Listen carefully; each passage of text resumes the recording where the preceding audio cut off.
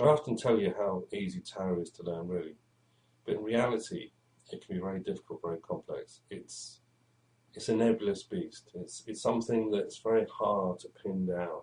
Um, it just seems to move all over the place sometimes. What are the meanings? Which pictures should we use? Which tarot deck we should use? Which tarot spread we should use? How should we interpret the cards?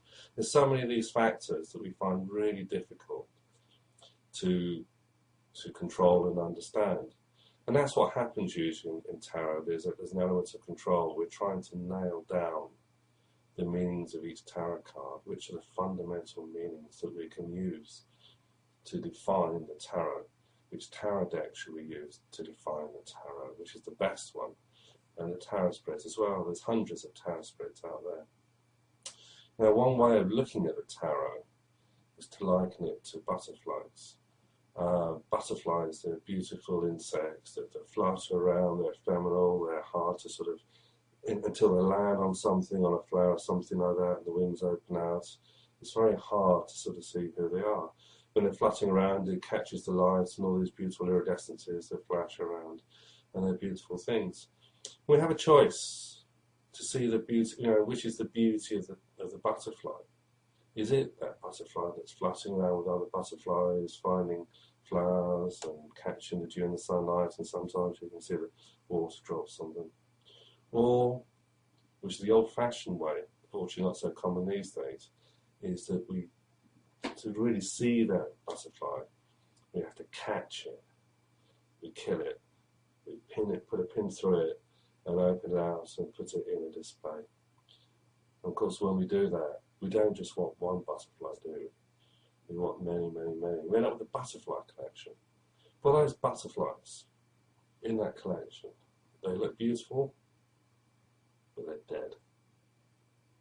That's the fundamental choice you have about tarot. Do you want a collection of dead tarot? Or do we want to sort of see tarot in the wild, live, as nature intended it, moving, changing, evolving, forming?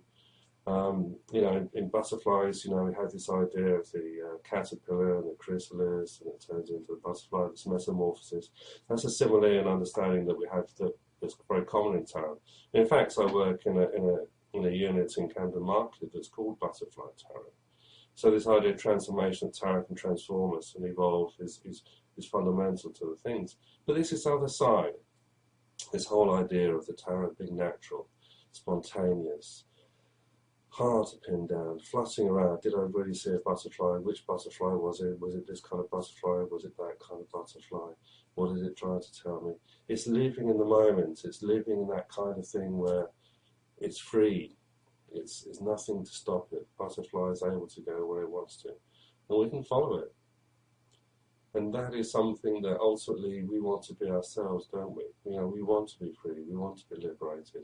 We don't want to be pinned down. We don't want to be labelled, put in a box that says we are this kind of thing, we are that kind of thing. And it's the same thing with the meanings of the cards. When we see the tarot this way around, what is the meaning? What is the meaning for those cards? It's the meaning at that moment, and we have to capture that moment and express it. And that's the real joy of the tarot, this free, unlimited, infinite possibilities, ever dynamic, ever changing, ever wonderful. And there's your choice. I hope you choose wisely.